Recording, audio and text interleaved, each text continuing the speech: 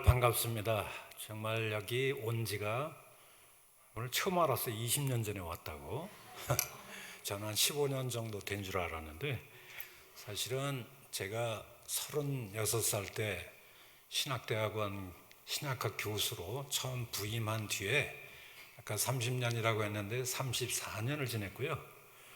그리고 거기다가 명예교수를 또 5년 해서 38년 청신대학교 신학대학원에 교수로 봉직하다가 작년 12월 13일에 제가 남은 여생을 어떻게 보낼까 생각하다가 제가 청년 시절에 선교사 지망생이었어요.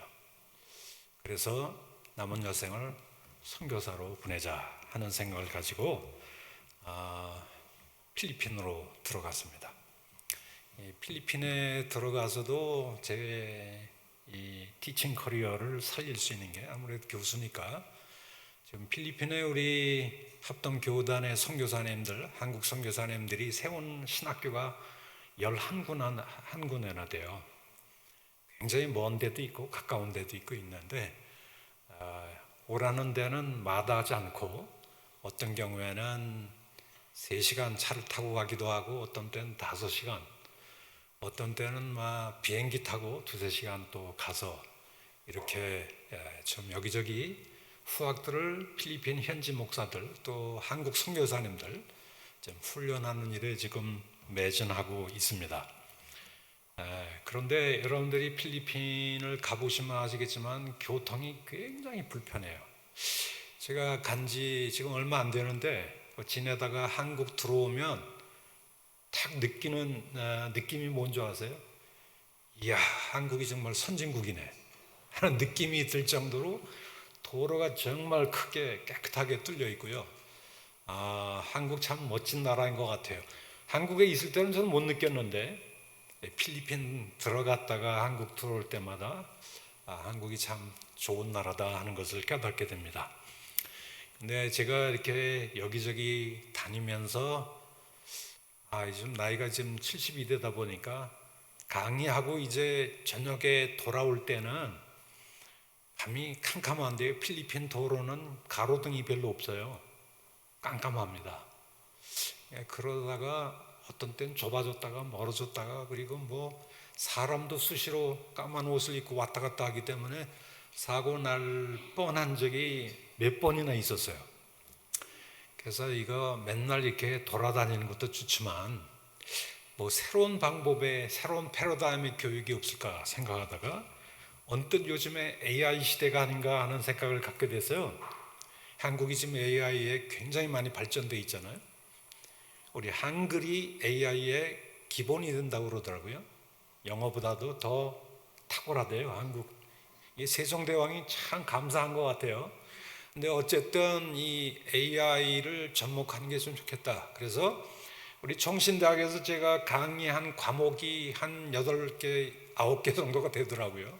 38년을 강의했으니까. 그래서 이번에 한국에 들어온 목적이 제가 이 한국말로 강의를 하고 이걸 AI에 딱 집어넣으면 거의 뭐 한 10초 만에 영어로, 필리핀 말로, 인도네시아 말로 다 나옵니다. 요즘에 정확도는 조금 떨어지는데 조금 이렇게 수정을 해서 스크립트를 수정을 해서 다시 AI 스피커로 뭐 남자 목소리도 입힐 수 있고 여자 목소리도 입힐 수 있고요. 심지어는 영어 발음을 제 입모양하고 영어 발음하고 맞춰주기도 합니다. 굉장히 발전 시대가 좀 돼가지고 이렇게 선교지 언어로 영어로 필리핀 말로 바꿔놓게 되어서 이걸 인터넷 플랫폼에 딱 올려놓으면 이제는 뭐 필리핀 여기저기 안 다녀도 세계 각지에서 제 제자들이 만든 신학교가 뭐 수백 개가 넘거든요. 그래서 다 링크를 걸어서 제 강의 또 우리 정신 교수님들의 강의를 듣게 하는 그런 시대가 되었다. 그래서 제가 이번에 강의를 지난번에 와서 바울서신 강의를 찍고 이번에 신약신학을 찍고 이번에 바울의 언약신학을 또 찍었습니다. 내년도에 들어와서 또 2과목을 더 찍게 되는데요. 그래서 뭐 하려고 하느냐 하면요, 제가 현지에 가보니까 한국 선교사님들이 만든 신학교가 교수진이 별로 없어요. 너무 교육의 퀄리티가 떨어져요. 그리고 필리핀이나 이쪽 선교지에 있는 사람들 중에는 목사들, 파스토들이 많은데 신학교 근처도 가본 적이 없는데 현지 목회를 하는 평신도 목회자들이 많아요. 근데 이 사람들이 설교를 하면 엉뚱한 설교를 하는 이상한 이단 설교 비슷한 것도 하고 말이에요. 말은 잘하는데 굉장히 위험한 그런 그 내용도 없는 설교를 하는 경우가 많이 있어서 아마 정식으로 신학교 나와서 목회 그 목사가 안수된 사람보다 그냥 신학교 근처도 안 가고 그냥 목회를 담당하는 거죠, 교회를.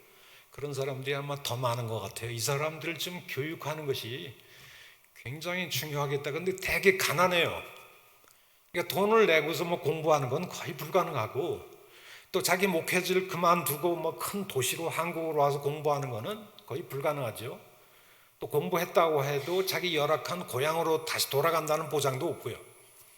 그래서 자기 목회지를 떠나지 않고 그냥 우리의 플랫폼을 통해서 전 세계에 인터넷이 있으면 다 들어가니까요. 그래서 이 플랫폼을 좀 만들어서 제가 찍은 강의를 좀 올려야 되겠다. 그래서 이 신학교, 이 목사 길러내는 교육은 현지 선교사님들이 이미 하고 있기 때문에 그거는 좀 건들지 않았으면 좋겠다 그러더라고 선교사님들이. 그래서 아예 각 신학교에 좀 교수진을 길러내주는 일을 좀 해야 되겠다. 그래서 신학과 구약의 석박사 과정을 아타하기 인준을 받아서 내년 8월 달에 이제 처음으로 오픈할 생각입니다. 이거는 제가 교수기 때문에 가능한 프로젝트인 것 같아요. 일반 목회자들보다도. 그래서 이 일을 좀 하기 위해서 들어왔습니다. 저 혼자 할 수 있는 프로젝트는 아니고요. 필리핀에도 제 제자들이 참 많아요. 신학교 운영하는 총장도 있고 필리핀 교육부의 인가를 받은 정식 대학의 총장들도 있는데 그분들을 어떻게 제가 4-5명을 좀 짜가지고 스크럼을 짜서 이 대학원을 한번 같이 운영해 볼래? 그랬더니 되게 좋아하더라고요.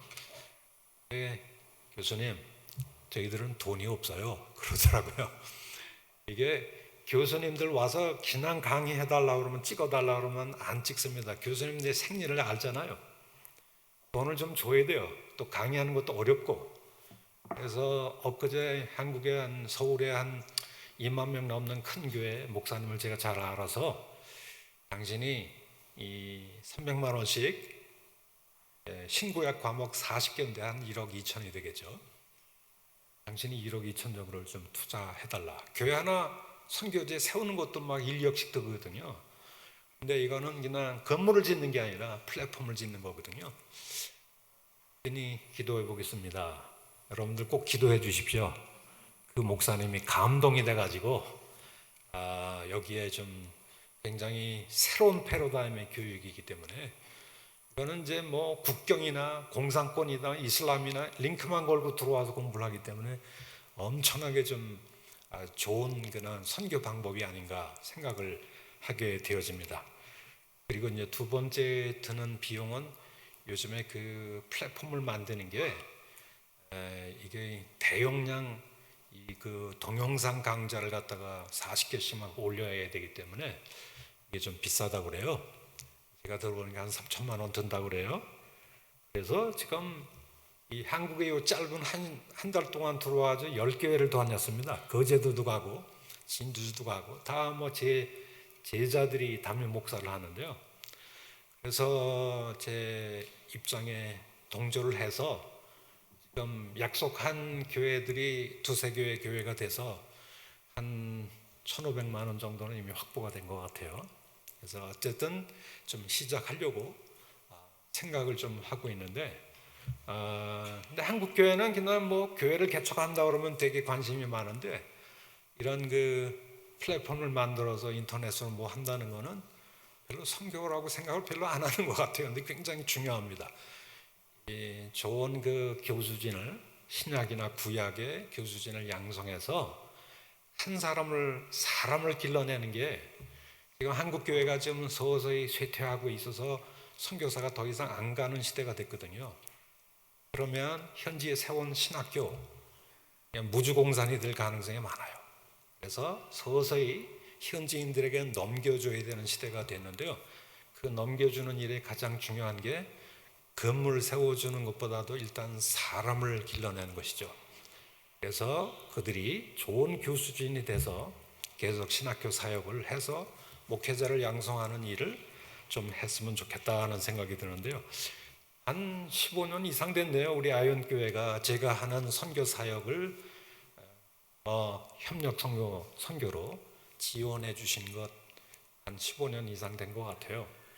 앞으로도 좀 제가 하는 일에 그래도 제가 인연이 있는 교회니까 저를 위해서 꼭 기도해 주시면 감사하겠습니다. 예, 감사합니다. 자, 오늘 이 히브리서에 있는 말씀을 통해서 제 선교 사역과 연관해서 한번 말씀을 전하고자 합니다. 히브리서를 보면 누가 썼는지 누가 저자인지 잘 몰라요. 보통 이제 바울의 편지들은 나 사도 바울은 하고서 누가 썼는지를 얘기하는데 히브리서는 그런 게 없어요. 많은 추측들이 있죠. 근데 분명한 것은 이 독자들은 아마 최근에 예수를 믿게 된 유대 기독교인들이지 않았는가 생각이 됩니다. 굉장히 많은 제사법도 언급되기 때문에. 근데 중요한 것은 이 사람들이 전통적으로 유대교에서 조상 때 대대로 유대교를 믿어왔는데 최근에 예수를 믿고 기독교인이 된 것 같아요. 고대 사회는 다 종교 사회거든요. 이 종교 사회인데 자기의 조상 대대로 믿어왔던 이 종교를 버리고 새로운 종교로 가게 된다. 목숨을 걸어야 됩니다. 여러분들이 지금 사우디아라비아나 이런 그 나라의 이슬람 종교를 믿고 있는데 어떤 청년이 대학에 가서 예수를 믿게 됐다고 하는 걸 자기가 공개적으로 선언하는 순간 어떤 일이 벌어질까요? 마지막에 큰 사태가 벌어질 겁니다. 근데 어쨌든 이런 그 상황에서 예수를 믿게 됨으로 인해서 주변 유대교 사회로부터 엄청난 박해를 받기 시작한 것 같아요. 그래서 히브리서 10장 32절 한번 보실까요? 이 독자들의 상황을 이해를 해야 오늘 본문의 뜻을 이해할 수가 있을 것 같아요. 화면에 좀 띄워주시면 고맙겠는데요. 히브리서 10장 32절입니다. 여러분 찾으셨으면 제가 한번 읽겠습니다. 전날에, 이거는 예수 믿기 전에 너희가 복음의 빛을 받은 후에 뭘 싸웠다고요? 고난의 큰 싸움을 견뎌냈다는 거예요. 이 큰이라는 말이 쓴 거 보니까 어마어마한 박해를 받았던 것 같아요. 어떤 고난을 받았을까요? 혹은 어떤 사람은 비방을 당하고 제가 예수 믿는데 하면서 막 손가락질하고 조롱당하고 요즘 말하면 예수 믿는 것 때문에 사회 왕따 그룹이 됐다는 얘기죠. 그 다음에 환란으로서 사람들에게 구경거리가 됐다. 그냥 길거리 지나가면 사람들이 전부 다 수근수근거리고 제 예수 믿는데 뭐 이런 얘기가 들리니까요. 그리고 어떤 사람은 34절을 보니까 너희가 갇힌 자를 동정하고, 갇혔다는 건 감옥에도 갔다는 거예요. 예수 믿는 것 때문에 감옥에도 갈 뿐만 아니라 심지어 너희의 소유까지 빼앗겼다, 재산까지 박탈당했다는 얘기입니다. 여러분